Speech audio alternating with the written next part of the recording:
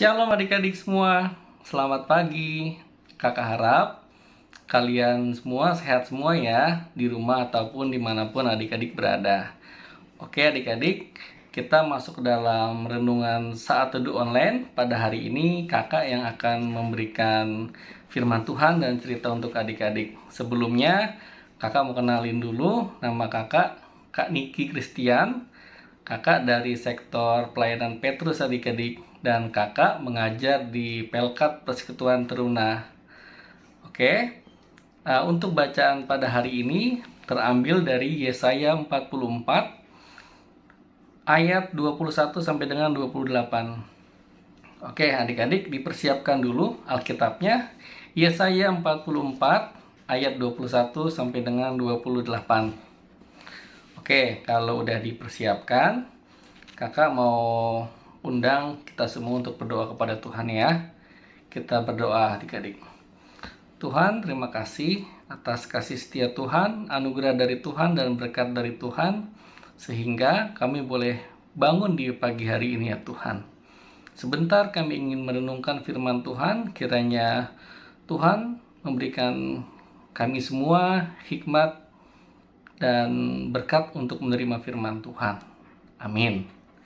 Oke adik-adik, kalau sudah dipersiapkan bacaan Alkitabnya, kita akan bacakan. Kakak aja yang bacakan ya adik-adik ya. Yang tadi udah kakak info, Yesaya ayat 21 sampai dengan 28, Yesaya 44. Oke, kakak akan bacakan nih adik-adik, mohon menyimak ya.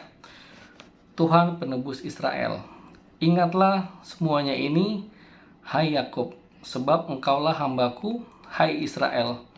Aku telah membentuk engkau, engkau adalah hambaku. Hai Israel, engkau tidak kulupakan. Aku telah menghapus segala dosa pemberontakanmu seperti kabut diterbangkan angin, dan segala dosamu seperti awan yang tertiup.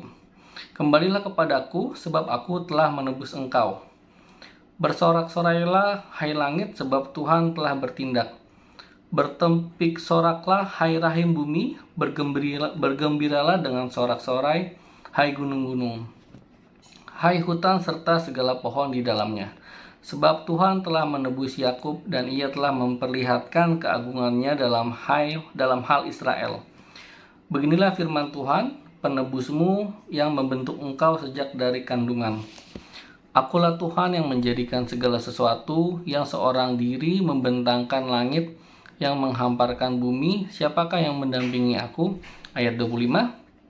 Akulah yang meniadakan tanda-tanda peramal pembohong dan mempermain-mainkan tukang-tukang tenung, yang membuat orang-orang bijaksana mundur ke belakang dan membalikan pengetahuan mereka menjadi kebodohan. Akulah yang menguatkan perkataan hamba-hambaku dan melaksanakan keputusan-keputusan yang diberitakan utusan-utusanku, yang berkata tentang Yerusalem, baiklah ia didiami, dan tentang kota-kota Yehuda, baiklah ia dibangun. Aku mau mendirikan kembali reruntuhannya.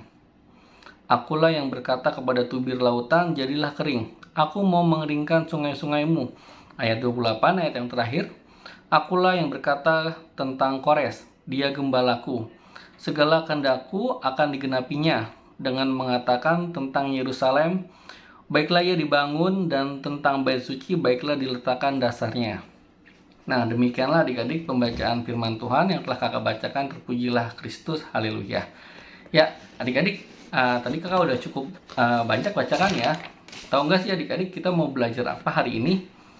Tadi kalau kakak lihat judulnya atau perikop di Alkitab, Tuhan penebus Israel. Nah, kakak juga punya cerita adik-adik. Di sini pada suatu hari ada seorang teman adik-adik di sekolah, Cici dan Caca. Nah, jadi Cici dan Caca ini teman baik, teman dekat dalam satu sekolah adik-adik. Nah, berjalannya waktu, pada suatu hari si Caca ini meminjam buku catatan punya si Cici. Nah, ketika besokannya ternyata lupa dibawa sama si Caca. Adik-adik, bukunya ketinggalan nih, sehingga ketika mau dikumpulkan dan si Cici perlu, Akhirnya tidak bisa. Nah, di situ si Cici marah adik-adik. Marah dan Caca akhirnya terdiam, dan hari-hari dia besok sekolahnya nggak semangat.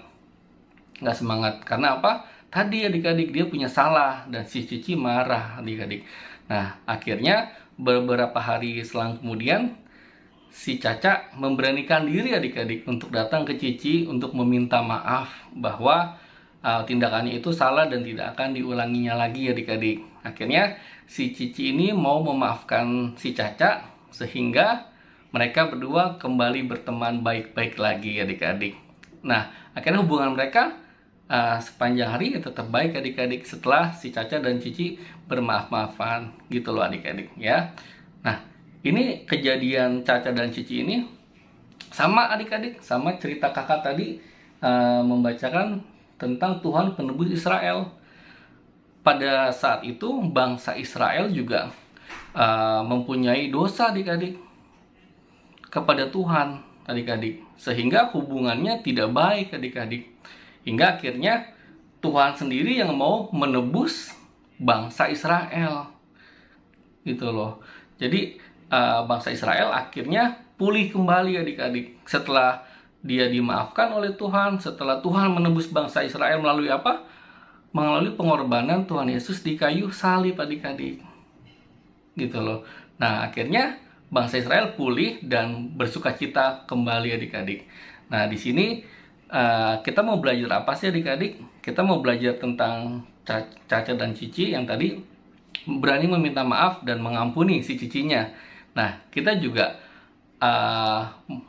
mau minta maaf sama Tuhan kalau kita punya salah, dan kita adik-adik semua dan kakak nih sudah diampuni sama Tuhan atas pengorbanan Tuhan Yesus di kayu salib, sehingga kita harus bersukacita adik-adik.